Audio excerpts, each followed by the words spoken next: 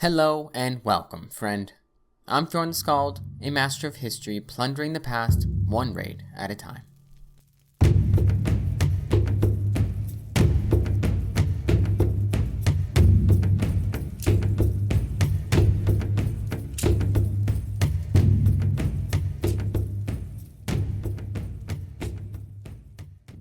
That fortress, along with a few other important locations to be discussed momentarily, was at the heart of the Norse cosmos.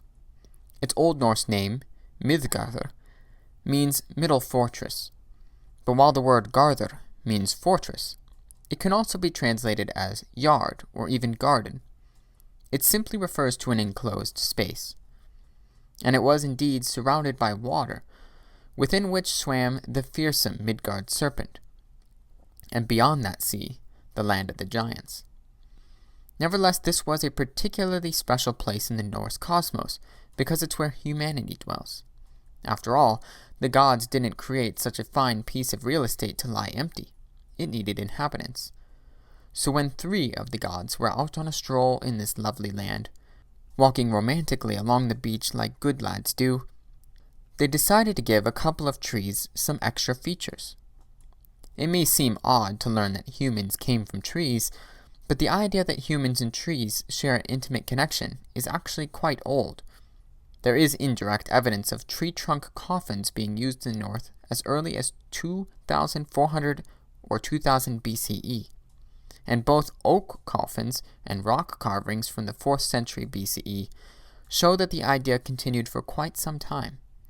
It's therefore not surprising, with evidence of humans returning to trees upon death, that humans came from the trees upon birth. According to the prophecy of the seeress, there were 3 gods who were responsible for this act of creation: Odin, Honir, and Loth. Now, you don't necessarily need to trouble yourself with remembering their names, but you should at least know what each god gave to these trees, or logs, they found while strolling along a beach in Midgard. When they first stumbled upon them, they had no breath, no soul, no hair, no voice. They looked inhuman. This isn't really surprising, of course. I mean, they were literally trees. But then, for some reason, the gods decided to shape these trees into something new. Odin gave them breath. Honir gave them souls. Loth gave them hair and human faces. Thus, those trees became the first humans in Midgard, Ash and Embla, and the gods gave them Midgard. After that, the gods went on to make a home for themselves, Asgard. This is the second most important place in the Norse cosmos, though plenty would argue that it is the most important place. Either way, it's at the center of the Norse cosmos, right alongside Midgard, and as far as we can tell, they're not far apart, at least conceptually. For starters, their names are pretty similar. Like Midgard, Asgard is a fortress. Its old name, Asgardr, literally means God Fortress. You already know what Garðr means, so I'll skip that bit, but the first part, As, comes from the word As, which means heathen god. Yeah, it's kind of funny or awkward for English speakers, depending on your personality, but that was the word they used to refer to this branch of Norse god. When plural, As becomes Asir, or Aesir if you're using modern Icelandic pronunciation, which is why you've heard me use that term before, and will hear it pop up quite frequently moving forward. But enough linguistics, let's move on to the features of Asgard. In order to reach Asgard, we'll have to cross a rainbow bridge known as Bifrost. In this way, we can probably assume that one end rests in Midgard, while the other extends upward into Asgard. Snorri describes it as having, quote, 3 colors and great strength, and is built with art and skill to a greater extent than other constructions, end quote. One of those colors is red, which Snorri describes as burning fire. It's also not a bridge that just anyone can cross. Frost giants and mountain giants aren't allowed passage, and it's protected by an As named Heimdall. He lives near Bifrost in a place called Himinbjörg. He will blow his great horn, Gjallarhorn, when the sons of Muspel come to destroy the Aesir and burn the world. They are the ones who will break that sturdy bridge. Once you're in Asgard, though, you might end up lost if you're not careful, because there are a lot of halls and places within it. Idavol, a valley of sorts, was the first place they developed. It sits at the center of their fortress and contains temples and high shrines, along with the workshops, treasures, and tools of the Aesir. This is also where they gather to pass judgment, and so a total of 13 thrones are there as well. Odin's throne is one of those 13, and it is called Hlidskjalf.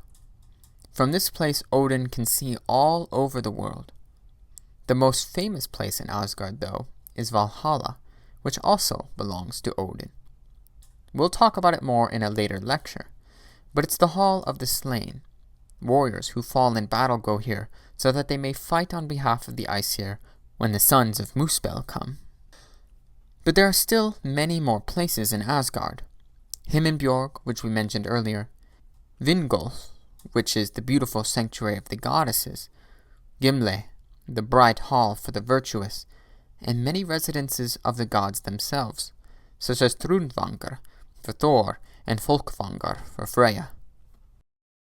But before we move on to the very, very important part of Norse cosmology that I left out of our lecture so far, let's talk about the significance of these places, Midgard and Asgard, being fortresses.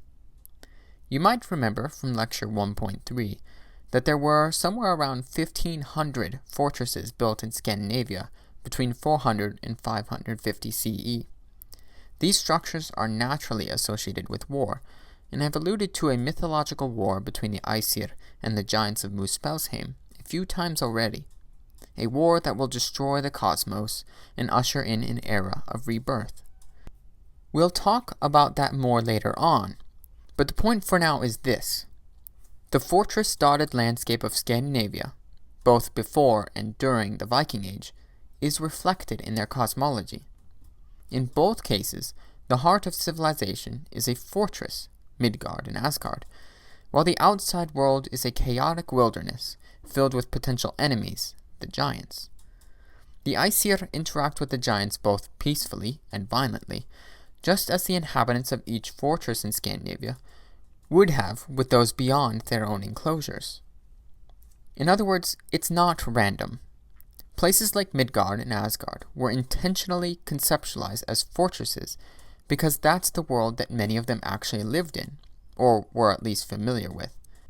To illustrate this point, let's consider an example from Åland, Sweden, Ismantorp, which is pictured to the right. Like Asgard, this real-world fortress contained several buildings, 95 to be precise. These buildings served as dwellings, workshops, and other special functions. Even assemblies, like those held by the Aesir at Idavol, would have been held here. Pretty similar, eh? Asgard was therefore conceptualized as the perfect version of this normal feature of the medieval Scandinavian landscape, and experience, at least for warriors. But let's not stop there, because their fortresses were occasionally designed to be symbolic expressions of the Norse cosmos as well. If you're skeptical, consider the shape and layout of Ismantorp. It's a round fort with 9 gates, and each gate leads to an open pit in the middle. This was an intentional choice. These gates likely represent the 9 worlds of Norse cosmology, and the open pit at the heart of the fortress connecting them all together probably represents the world tree, Yggdrasil.